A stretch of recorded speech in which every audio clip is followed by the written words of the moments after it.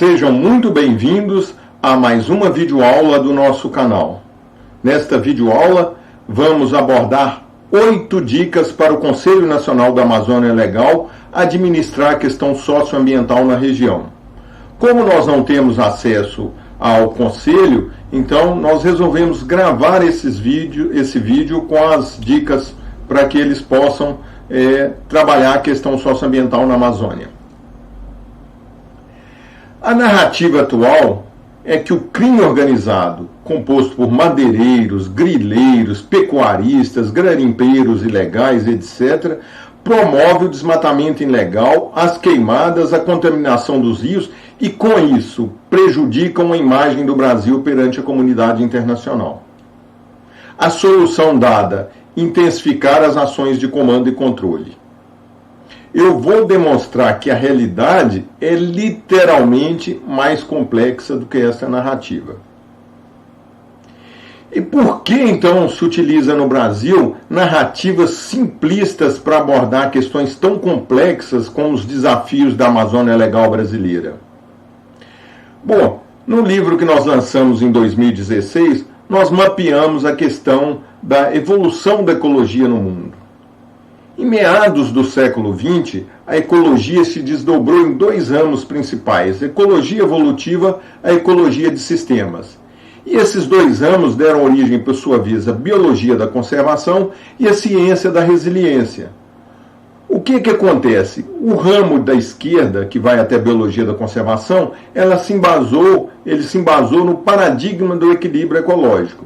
E o ramo da direita, ele se embasou no paradigma do não equilíbrio.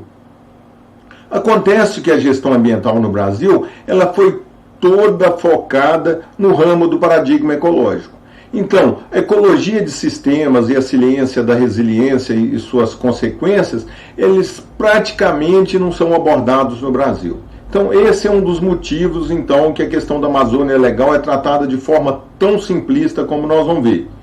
Outra questão também que nós mapeamos no livro é que o movimento ambiental brasileiro ele teve muito ligado ao socioambientalismo, que veio, por sua vez, dos movimentos de esquerda. Então, tem toda uma retórica de conflito, do nós contra ele, o bem contra o mal, que produz um pano de fundo que distorce um pouco o debate sobre as questões ambientais no Brasil. Do paradigma do equilíbrio ecológico à teoria dos sistemas complexos. Então, nós vamos dar aqui uma base teórica para essa abordagem, para a gente ver como essas ideias evoluíram. Como se deu, então, a evolução teórica dessas questões? Bom, em 1969 houve um simpósio que discutiu diversidade e estabilidade em sistemas ecológicos, e nesse simpósio foi levantada a ideia de que sistemas poderiam ter mais de um estado de equilíbrio.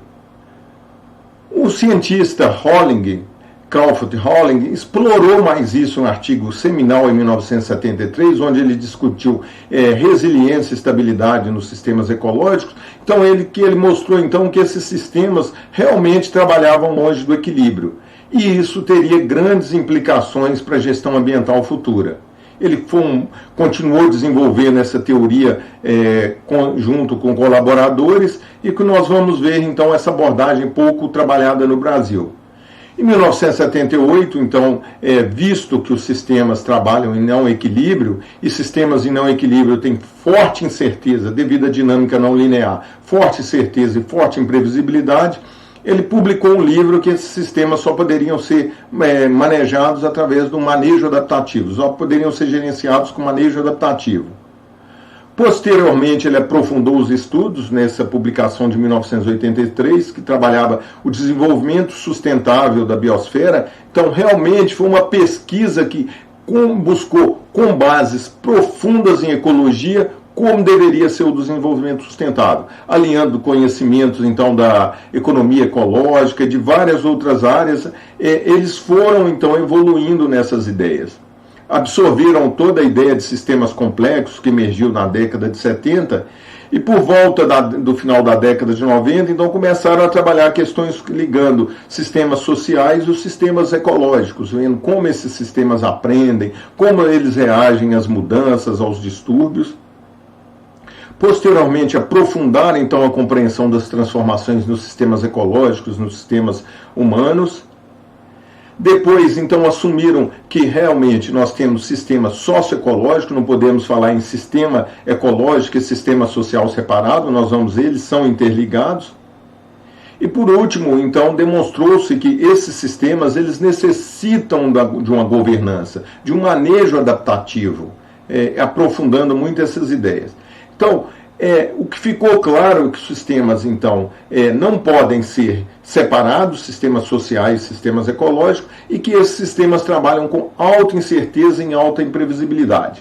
Só para demonstrar como a economia veio absorvendo esses pressupostos, agora em 2020 nós tivemos a publicação de um dos autores, que foi presidente do Banco da Inglaterra, que ele demonstra a questão da incerteza radical, como a economia tem que ser trabalhada nessa ideia da incerteza radical, que já era um pressuposto que vinha embasando as ideias da evolução da teoria da resiliência, como nós vimos aqui.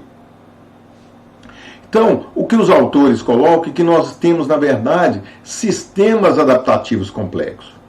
O conceito central de sistemas complexos, ele pressupõe sistemas dinâmicos, não lineares. Aqui está toda a diferença. A dinâmica não linear ela traz consequências muito grandes, que contém grande número de interações entre as partes, ou seja, múltiplos agentes interagindo sem um controle central.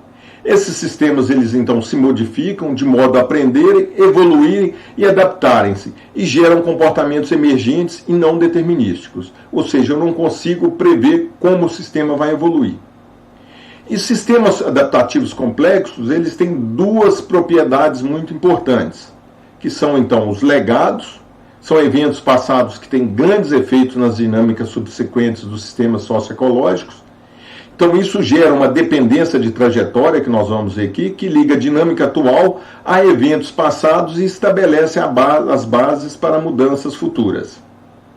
E outra questão também é a agência humana, ou seja, a capacidade dos seres humanos de fazer escolhas que afetam o sistema. Então a agência humana ela é uma das fontes mais importantes de dependência do caminho, e as decisões humanas então dependem de eventos do passado, que é o efeito do legado, e dos planos que as pessoas fazem do futuro. Nós temos então um comportamento reflexivo, podemos fazer planos para mudar o futuro. Então, o que na verdade nós temos, o que a teoria coloca muito forte, são sistemas socioecológicos. Ou seja, que nós temos então um sistema ecológico com seus processos de ciclagem de nutrientes, interação de espécies, evolução, os componentes ecológicos, indivíduos, solos, atmosfera. Do outro lado, nós temos o sistema social, com os processos sociais, demografia, atividades de subsistência, tecnologia, componentes humanos, indivíduos, comunidades, instituições, que são as regras do jogo nessa concepção, e há uma integração entre esses dois sistemas, através de práticas de manejo. O sistema social tem práticas de manejo, adapta ao sistema, às mudanças no sistema ecológico, por sua vez o sistema ecológico fornece os recursos que são utilizados pelo sistema social. Então eles são integrados, não tem como eu falar em sistema ecológico e em sistema social separado. Esses sistemas, então, eles sofrem influência das condições políticas e econômicas e também das condições biogeoquímicas em grande escala que afeta a produtividade. Os autores também demonstraram, então, que sistemas complexos, eles apresentam escalas hierarquicamente alinhadas.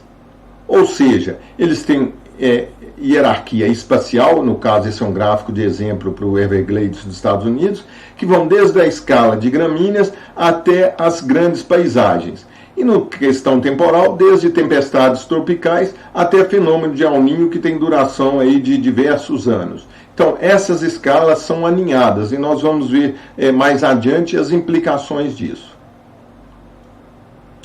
Com base, então, nessa abordagem teórica, quais são as implicações para a administração da Amazônia Legal?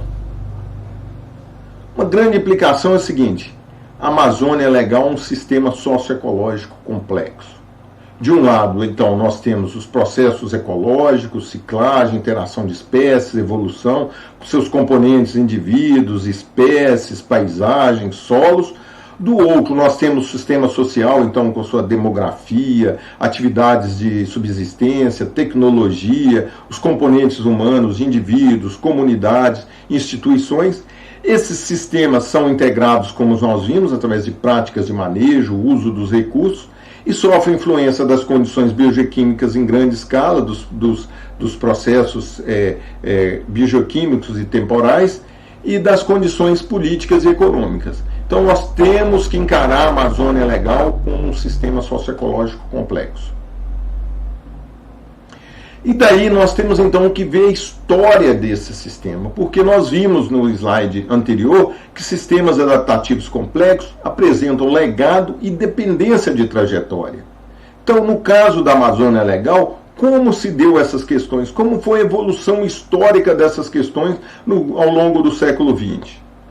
Bom, então a dependência da trajetória 1. Povos indígenas. Segundo Heck, na Amazônia vivia cerca de 180 povos indígenas. E atualmente são cerca de 750 mil indígenas vivendo na Amazônia Legal. Ou seja, então, isso influenciou tremendamente a estrutura fundiária da Amazônia Legal. As terras indígenas marcadas em amarela no mapa. Nós temos, então, cerca de 330 terras indígenas, 110 milhões de hectares em terras indígenas, de área protegida ou de área destinada às terras indígenas. Então, esse é um componente importante do sistema social e ecológico da Amazônia, as terras indígenas. Um outro ponto, dependência da trajetória, populações tradicionais. Aqui eu vou colocar como marco a década de 40, principalmente em 1942, com os acordos de Washington, que para atender então a demanda de borracha dos aliados, o governo brasileiro promoveu então a imigração de cerca de 100 mil nordestinos para poder explorar a borracha na Amazônia. Morreram, se calcula que cerca de 40 mil nordestinos morreram nessa empreitada, e aí eles ficaram conhecidos como soldados da borracha. E uma boa parte, então, das populações tradicionais, elas derivam desses imigrantes que foram para lá na década de 40. Em termos de estrutura fundiária, então, para atender essas populações tradicionais, foram criadas as unidades de conservação de uso sustentável. Atualmente são cerca de 75 milhões de hectares em UCs de uso sustentável. Para populações tradicionais é um pouco menos, porque aí está envolvido também as florestas nacionais que são de uso sustentável, mas não são destinadas a populações tradicionais. Outra questão que marca muito o sistema socioecológico da Amazônia Legal. A visão geopolítica dos militares e a colonização dessa região, né?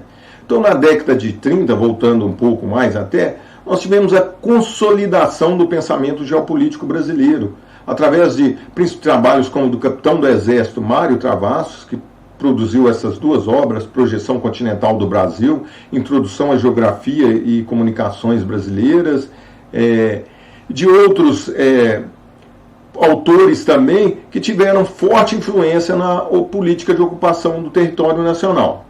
Então, Travassos ele preconizava a necessidade de adoção pelos poderes públicos de uma estratégia de interiorização política, econômica e demográfica atenuadora do vazio populacional. Então, aí nasce muito da visão dos militares a respeito da Amazônia brasileira. Não é só a questão de internacionalização. Houve toda uma visão geopolítica que nasceu na década de 1930 no país.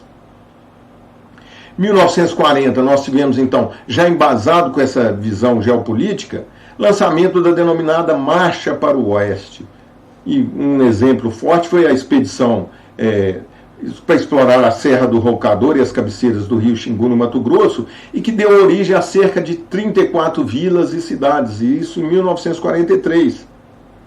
Em 1948, nós tivemos a criação da Escola Superior de Guerra, que ela foi responsável por elaborar a doutrina de segurança nacional. E um dos componentes básicos da doutrina de segurança nacional era a rápida integração de todo o território nacional, implicando a incorporação definitiva da Amazônia. Outro ponto também, independente da trajetória, né? continuando nessa linha da geopolítica dos militares. Em 1970, nós tivemos então o Programa de Integração Nacional no governo Médici. Sob o lema de integrar para não entregar, ele previu então a construção das rodovias Transamazônica, Cuiabá-Santarém, a BR-163, Manaus-Porto Velho e a Perimetral Norte. E o que pretendia? Pretendia assentar cerca de 100 mil famílias de colono num período de 5 anos. Nas palavras do presidente Médici, naquela época, o objetivo era transferir homens sem terras do Nordeste para terras sem homens da Amazônia. Houve uma seca muito forte no Nordeste nessa época. O presidente Médici foi visitar a região e a partir daí, então, teve essa ideia. Já que não podemos levar água para o Nordeste, vamos tirar o excesso de população do Nordeste e levar para a Amazônia. Em 1970 e 1975, em função dessas políticas, começam a chegar os fazendeiros do Sul, que tiveram apoio, incentivos fiscais da Sudã, e aí incremento do conflito com as populações tradicionais. Ainda na década, resultado dessa questão, né? Estrutura fundiária. Então vocês vejam, a área destinada em gleba federal pelo programa Terra Legal, toda essa polêmica do PL sobre a grilagem, ele tem a ver com essas áreas que serão destinadas ao longo dessas BRs. Essas áreas foram federalizadas ali na década de 70 pelo Médici, e aí hoje é onde gera todas essas polêmicas. Então, o Censo Agropecuário de 2017, ele mostra mais de 700 mil estabelecimentos rurais na Amazônia Legal. 21 milhões de hectares de imóveis já certificados no sistema de gestão fundiária do INCRA. As glebas federais, essas que estão marcadas em verde e vermelho, a vermelha é a área destinada e as outras a área destinada. 63 milhões de hectares já foram destinados, seja para assentamentos, terras indígenas, unidades de conservação pelo Terra Legal.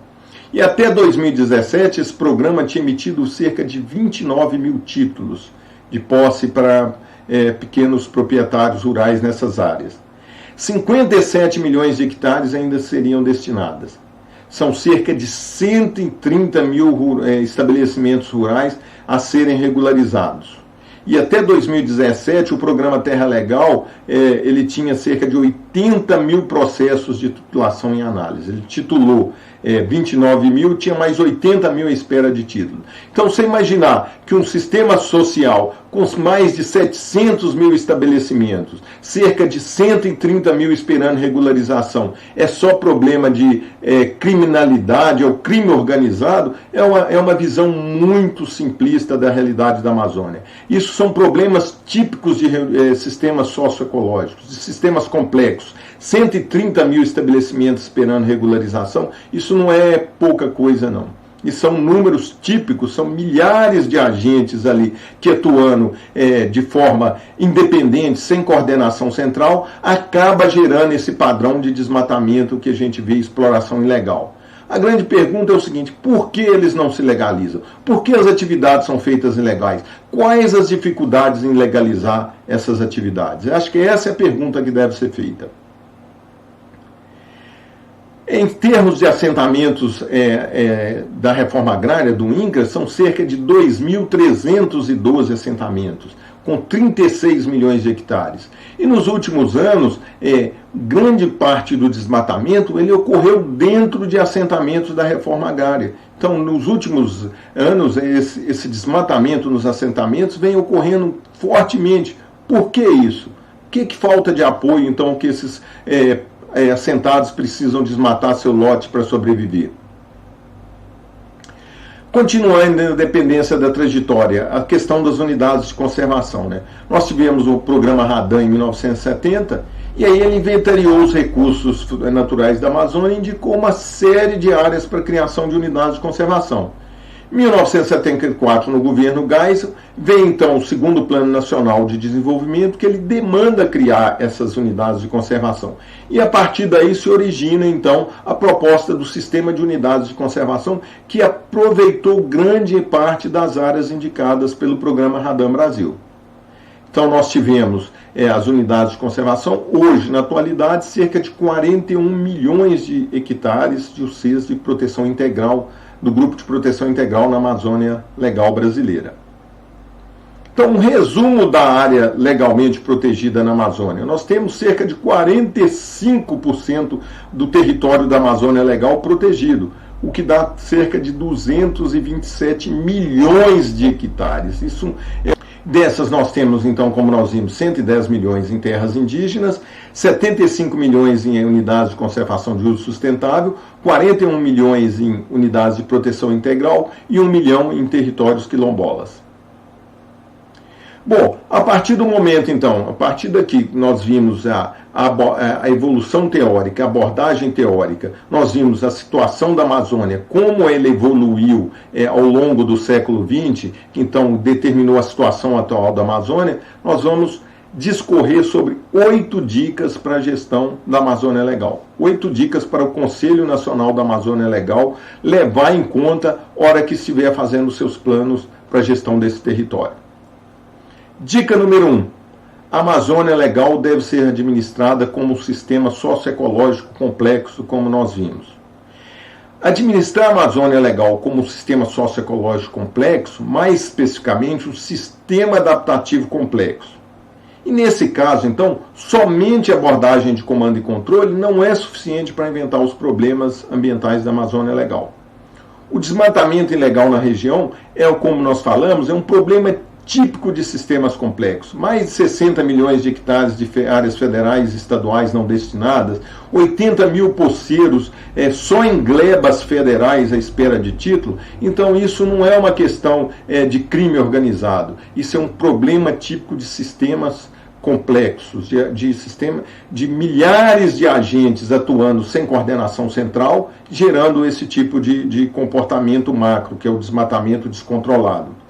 E planos centralizados, tais como o Plano para a Prevenção e Controle do Desmatamento da Amazônia Legal, desenvolvidos sem articulação com o orçamento público.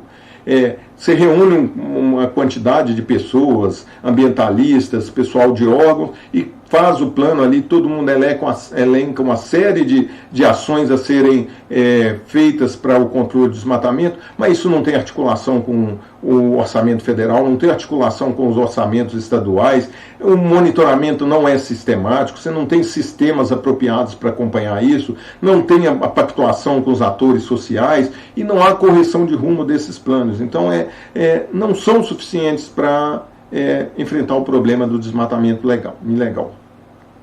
Então, como mostrado já no slide anterior, a Amazônia Legal é um sistema socioecológico complexo. Só a partir dessa abordagem nós vamos conseguir construir planos para abordar essa questão do desmatamento ilegal. E vocês vejam como são sistemas adaptativos complexos, né? Aqui nós temos as taxas de desmatamento desde 1988 geradas pelo INPE. Então, em 1988, quando houve a consolidação dos dados e o desmatamento causou primeira comoção internacional, o governo Sarney lançou o programa Nossa Natureza. E dentre uma das ações foi a criação do IBAMA, foi nessa época. Então, criou-se o programa, o desmatamento diminuiu, depois houve novamente um grande aumento, né?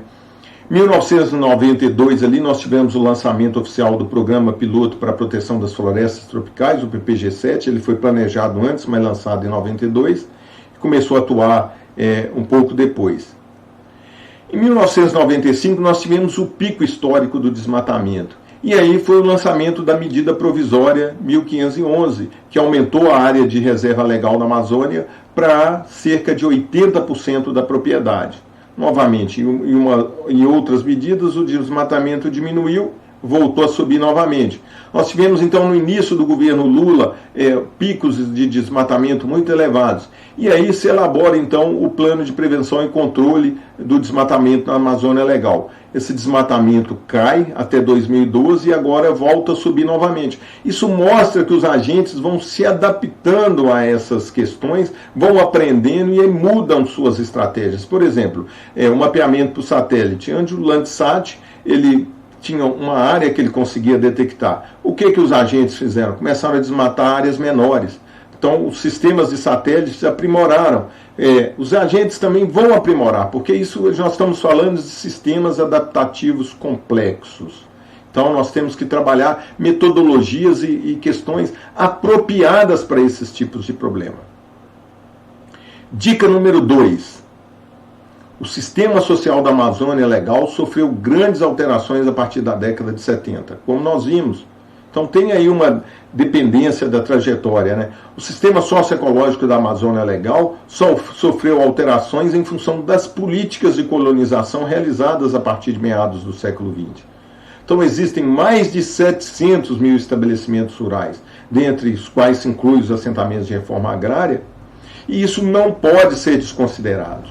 Então todos os segmentos sociais eles devem participar ativamente dos rumos futuros da região, participar dos mecanismos de governança ambiental, como nós vamos ver. Hoje, parte da Amazônia, parte da região, principalmente a parte de cerrado que compõe a Amazônia Legal, não o bioma Amazônia, ela se constitui um dos mais importantes polos de exportação de commodities agrícolas do mundo.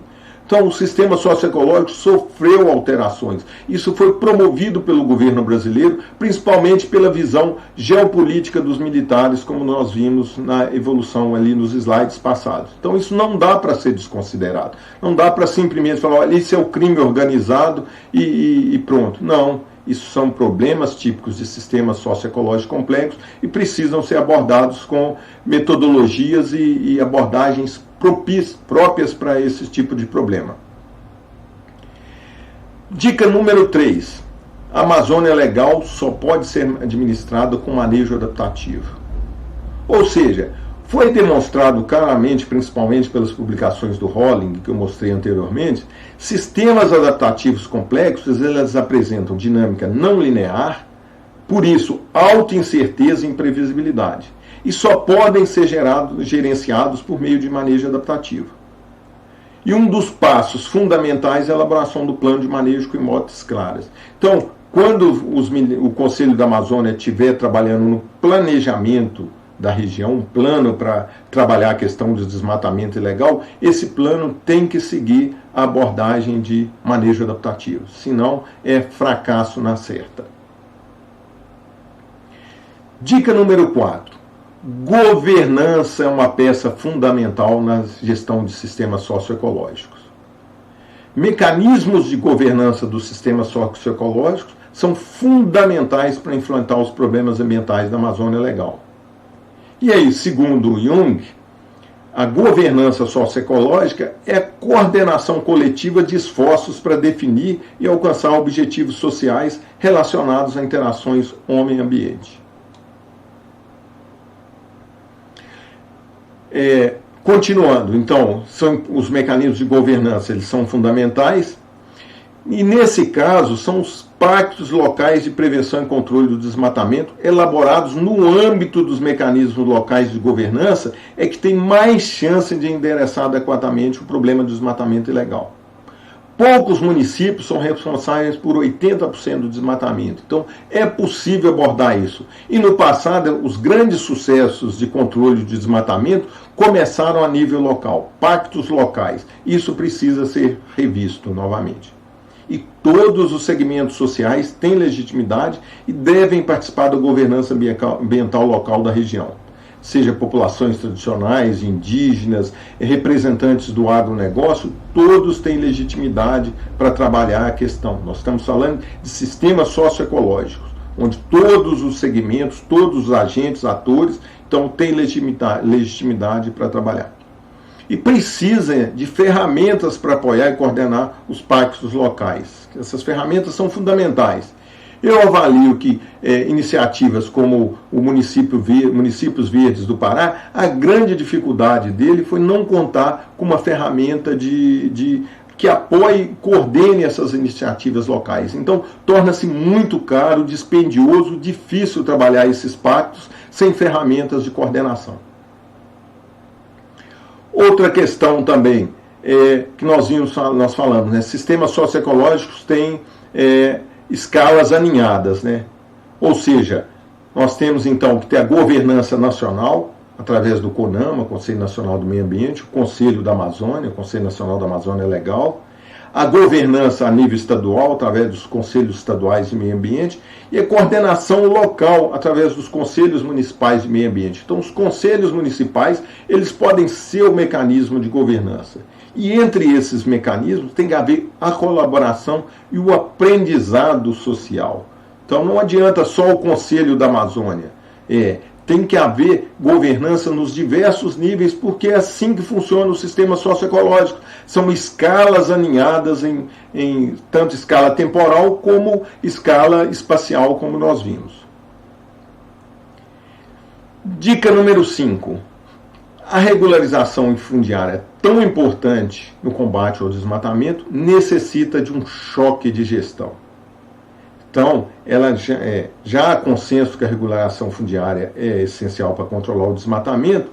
No entanto, apesar da grande soma de recursos investidos, o programa Terra Legal, que foi criado para fazer regularização fundiária na Amazônia Legal, ele não funcionou de forma adequada, como demonstrou claramente a auditoria do Tribunal de Contas da União.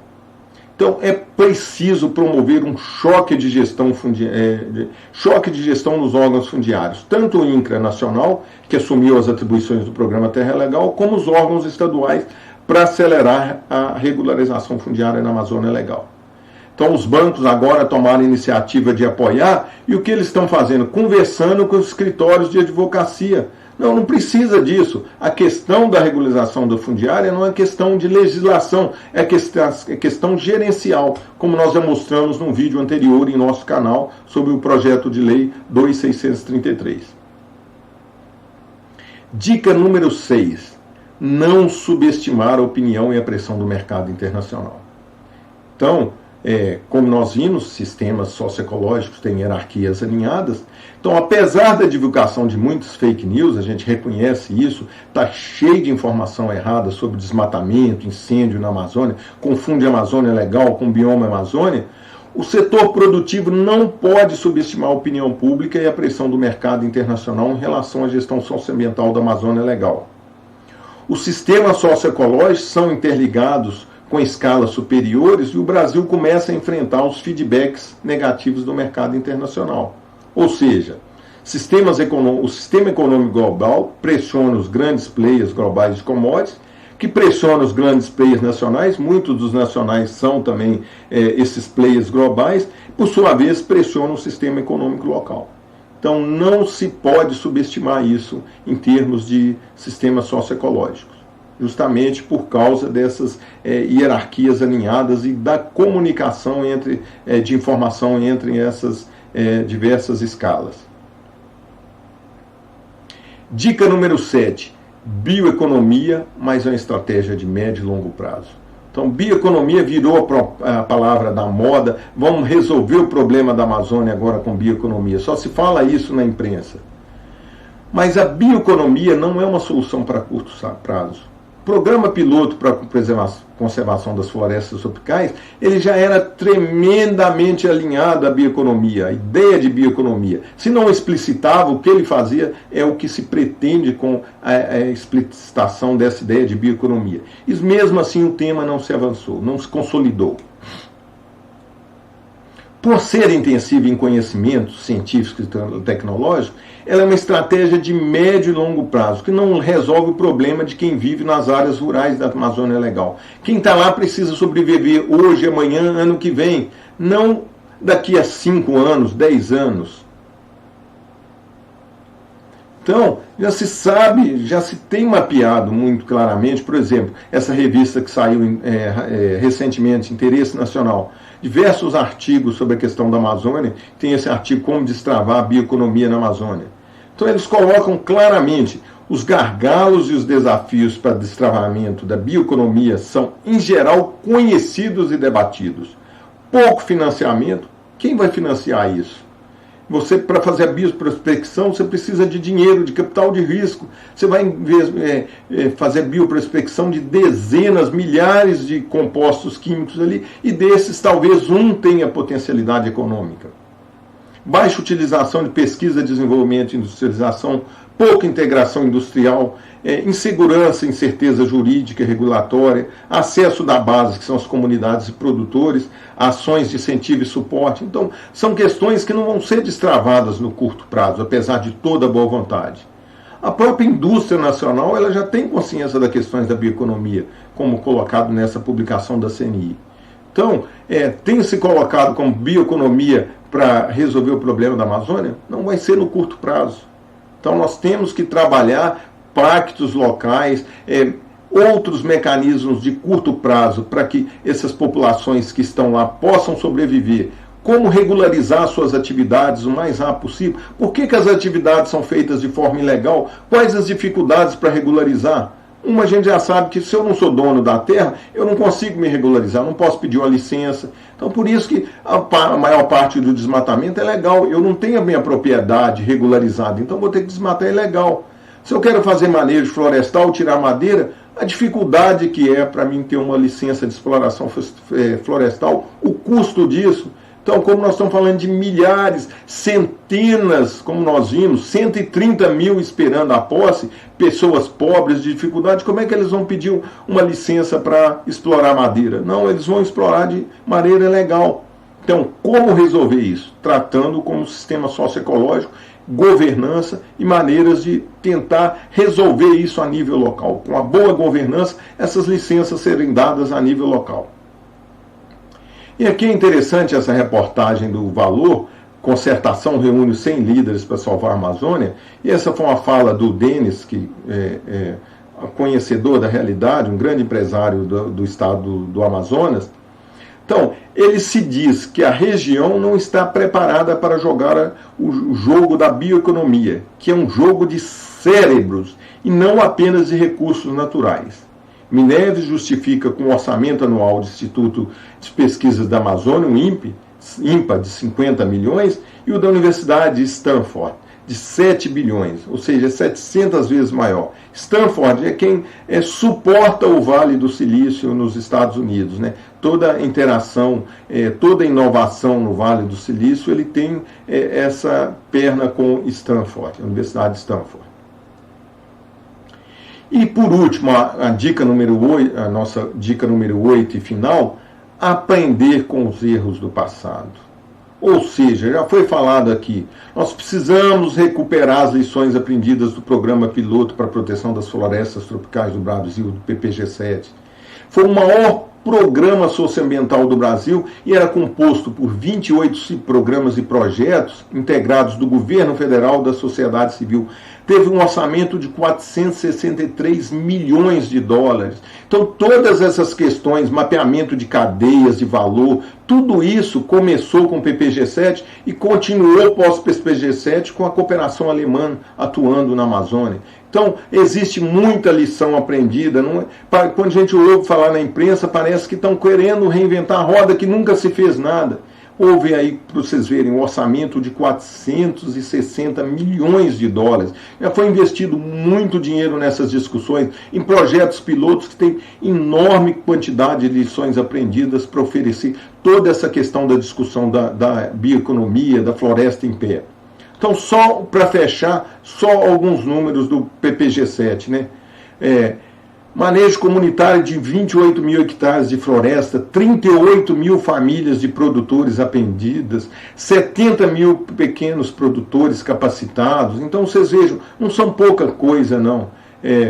Envolvendo aí o projeto Promanejo, Provárzea, cerca de 12 mil agricultores familiares e lideranças comunitárias capacitadas em 322 municípios da Amazônia Legal, em treinamento de prevenção, desmatamento e queimadas, 120 mil beneficiados, e por aí afora vai. Então vocês vejam que os problemas que nós discutimos aqui foi profundamente abordado por cerca de 10 anos. Existem muitas lições a serem aprendidas com esse programa. Não adianta querer reinventar a roda. Muitas das questões já foram colocadas lá atrás e as dificuldades para vencer esses desafios também colocados no PPG-7.